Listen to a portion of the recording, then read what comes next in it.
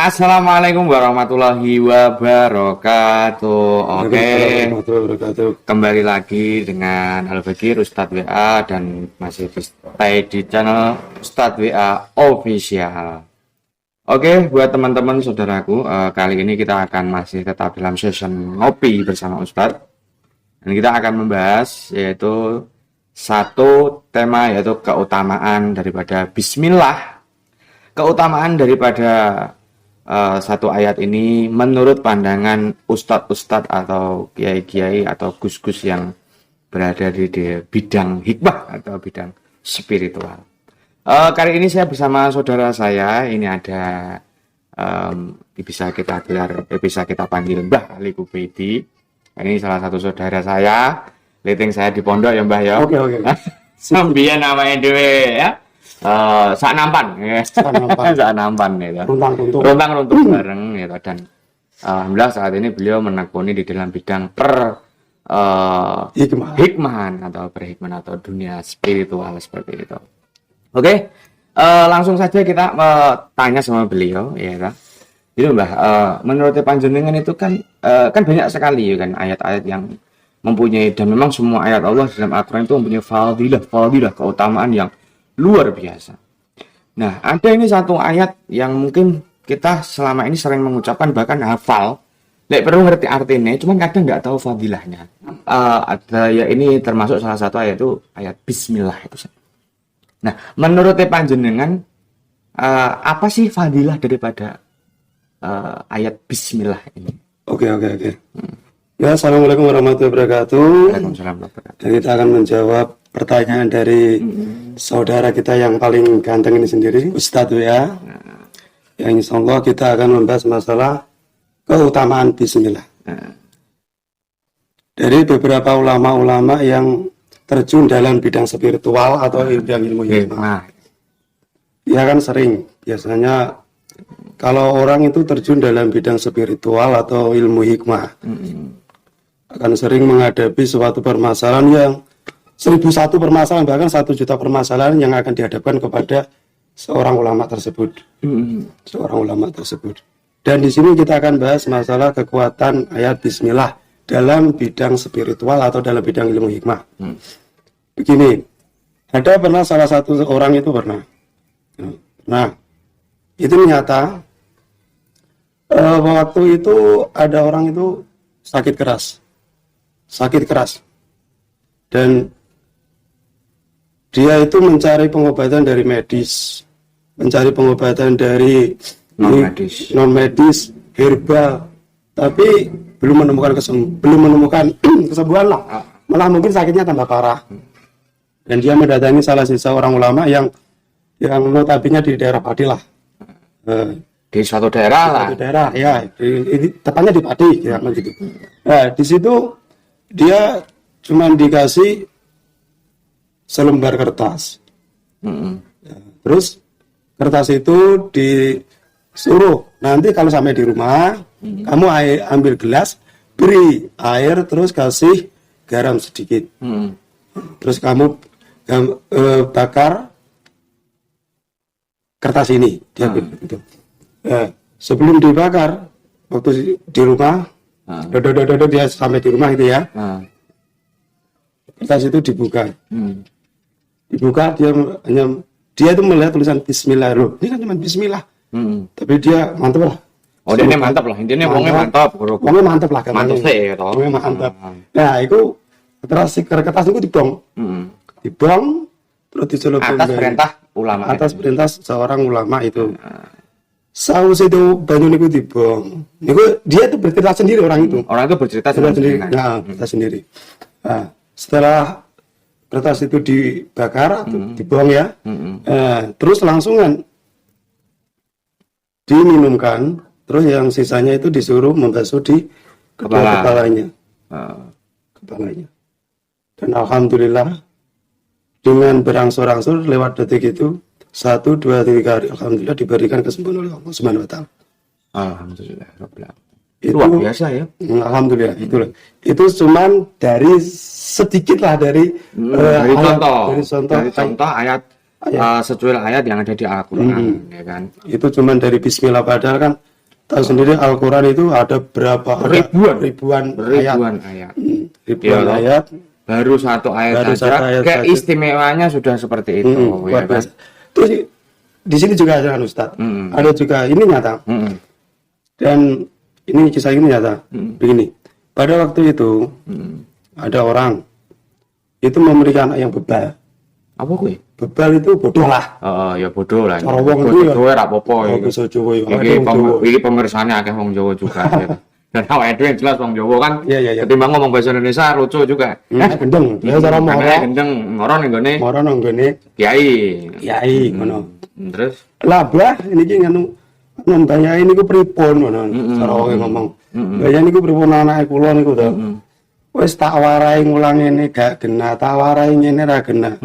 Wong kok cara uteke iki kok gak nyantol ku pripun ngono. Dedel banget ya.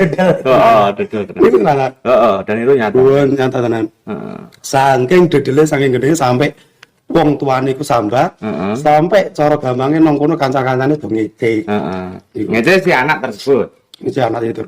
Lah itu dia cuman ya ini ngene Allah iki rasa angel-angel ya ini saja. Wis ngene, kowe ngono wektu udan, kowe ngono natongno banyu nang ada putih. Ngono ya. Terus bar kuwi engko tawasul. Ngono. Lah tawasul ki piye mbayahi ngono kan. Istawasul ki ya ila hadratin Nabi Muhammad Rasulullah sallallahu alaihi wasallam wa ala alihi washabihi wa azwaji wa dzurriyyati ajmain. Langsung kan nyebut terakhir langsung sebut jenenge anakmu. Sapa ki ngono. Terus wacana bismillah ping 700 swidak siji. Ping 700 swidak siji. Terus kuwi kok langsung mbok nganu mbekno anakmu. Bar kuwi maca pas bengi. Nemu macamu carane pas bengi. Terus ngombekno mengko nek langsungan bar mbok waca ya.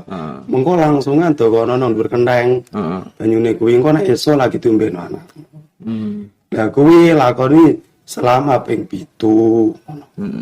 Alhamdulillah tenan. Dan alhamdulillah saya setelah meminum air tersebut bocah saya iki dadi cara wong pinter. Tapi tetap belajar. Ya tetap belajar. Oh, kan ngono kuwi ya. Soalnya kadang ngene lho. Ana lho, kita itu apa ya, orang itu apa njaga ke donga, memang keyakinannya dia di doa tinggi. Mereka kadang sampai mau belajar. Iki malah menurutku nglubuh juga kan gitu lho, Mbak. Nah, belajar iku ki cara-carane nganu napa ya, Gus? Wajib. Iya, wajib. Hukumnya belajar itu wajib.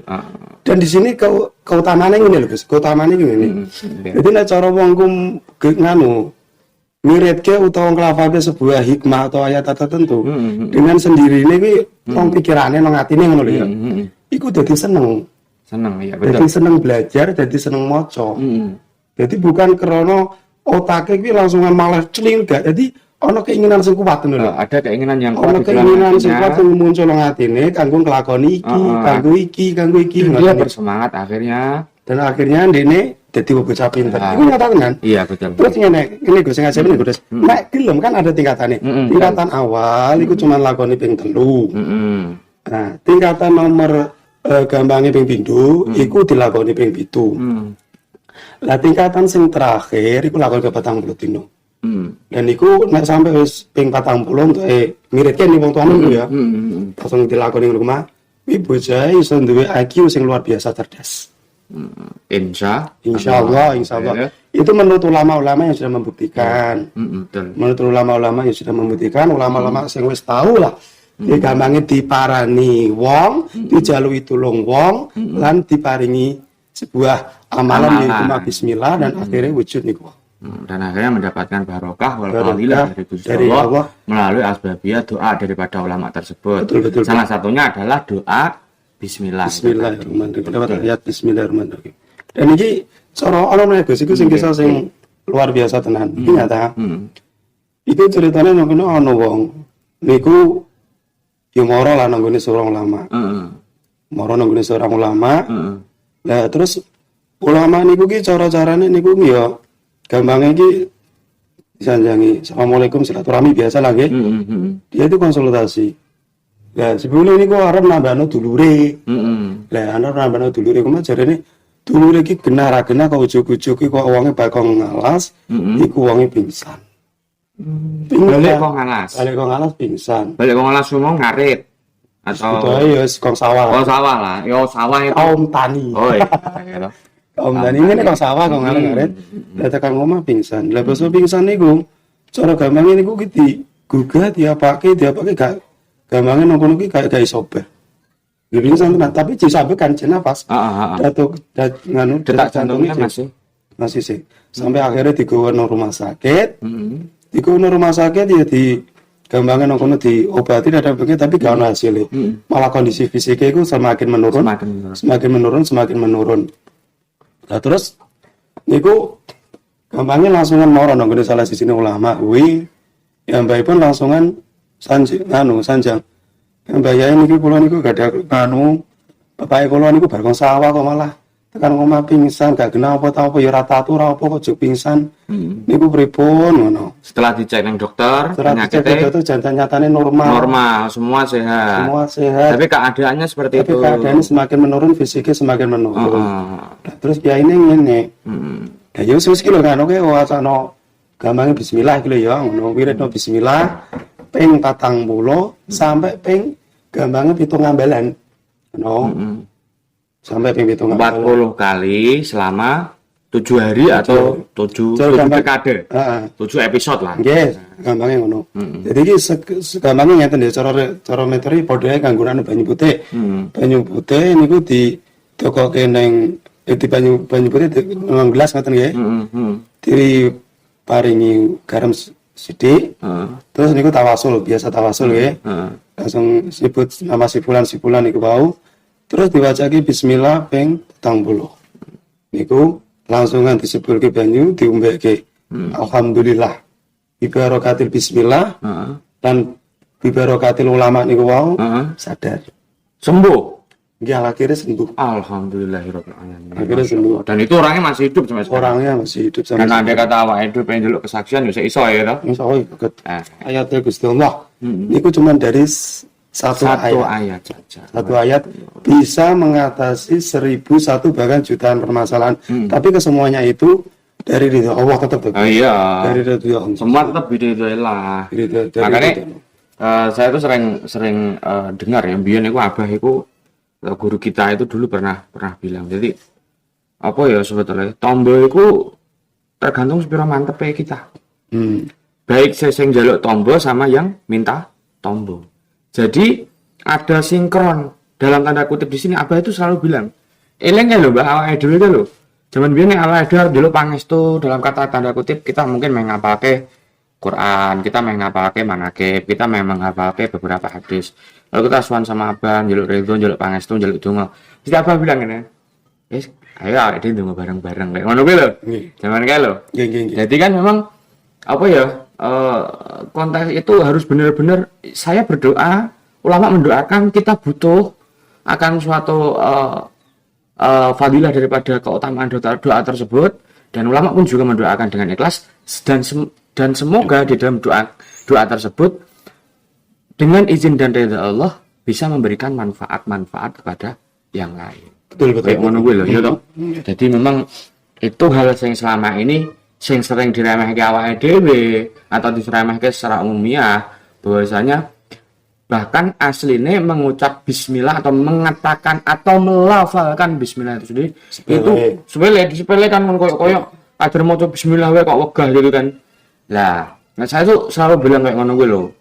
Apa jane maca bismillah gitu nek kowe pengen nglakoni kaapian, pe kerja apa bismillah dhisik. Jadi dengan kamu membaca bismillah, kamu mengharapkan sebuah ridho dari Gusti Allah, mengharapkan keselamatan, keberhasilan yang jelas kan kayak ngono ki lho, Pak. Iya. Ya itu menurut jenengan ada enggak kait-kaitan? Ya kalau cara mbok kait-kaitannya ngoten niku ya. Dari kait-kaitan ke semuanya itu, rahasianya cuma satu. Rahasianya itu cuma barokah. Barokah para kiai, barokah cerak kiai, barokah kenal kiai. Di situ. Masalah gampangnya ayat-ayat dari ayat ini itu semua tidak lepas cuma dari ridhonya kiai. Ridho kiai, ridho guru. Dari kekuatan semua gampangnya itu. Kekuatan dari semua ayat-ayat atau sebuah keajaiban lah itu tidak lepas dari doa atau ridho seorang ulama atau kiai yang benar-benar menjadi guru kita. Dan kiai tersebut atau ulama tersebut niku pun benar-benar dados kekasih Gusti Allah. Makanya aku kayak lho, Mbah, teko saiki ku duwe prinsip, jadi aku ki nek meh ngopo-ngopo gitu kan suwan ke Abah dulu atau jaluk ridho Abah sik kayak ngono kuwi lho. Nah, kok nek misalkan Abah itu atau guru kita itu nanti mangestoni dalam arti memberikan doa, wah aku lagi melaku. Karena kok nek gak entuk pangestu juga sampai sekarang kok rasane kayak ngono kuwi, nek gak entuk pangestu, gak entuk ridho, koyo wah ati gak ayem banget. Kok ngelakuin apa gak tenang. Tapi seketika entuk pangestu, entuk ridho, walaupun mungkin hanya bilang, "Wis tak pangestoni, bismillah." Ngono kuwi. Wah, insyaallah siji mlakune ayem, neng ati tentrem, dan alhamdulillah selama ini sing tak rasake apa yo ana slamete yo plus ana hasilnya kayak ngono kuwi lho. Kayak ngono kuwi. Nah, ini juga menjadi Mbak yo, apa jangan menjadi kekandan kanggo bolo-bolo dalam arti itu ngene. Apa banyak teman-teman kita atau saudara kita yang memang mungkin saat ini banyak yang ngempreh lah. Ngempreh juga. Padahal itu fadilahnya sangat luar biasa. Itu kita cuma membahas masalah cuma dari ayat bismillah. Hanya dari satu. Bismillah baru dari satu gitu. Itu baru sudah begini besar lah. Apalagi lainnya. Nah, itu tadi. Jadi ya intinya gini guys ya. Dalam semua ayat, dalam semua surat di dalam Al-Quran itu ada fadilah atau keutamaan tersendiri. Mungkin untuk kali ini kita cukup membahas itu masalah dulu. Ini dulu. Nanti yang lain lagi. Padahal masalah bismillah ini sebenarnya Gus, pengalaman saya pribadi dari sowan ke kiai dari permasalahan saya, ada orang lah sendiri yang datang ke saya sendiri. Saya sudah membuktikan sendiri keutamaan di sini. Dari situ.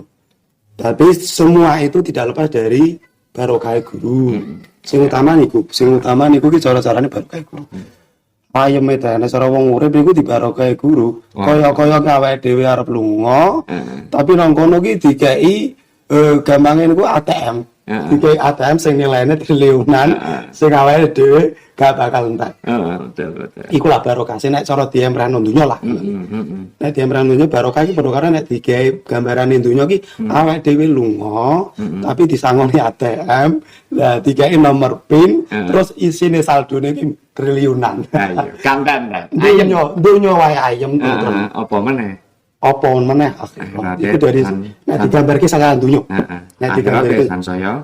Nah, sebenarnya akhiratnya sansaya mulya, sansaya ayem. Amin Allahumma. Amin Allahumma. Shallallahu alaihi Nabi Muhammad. Allahumma sholli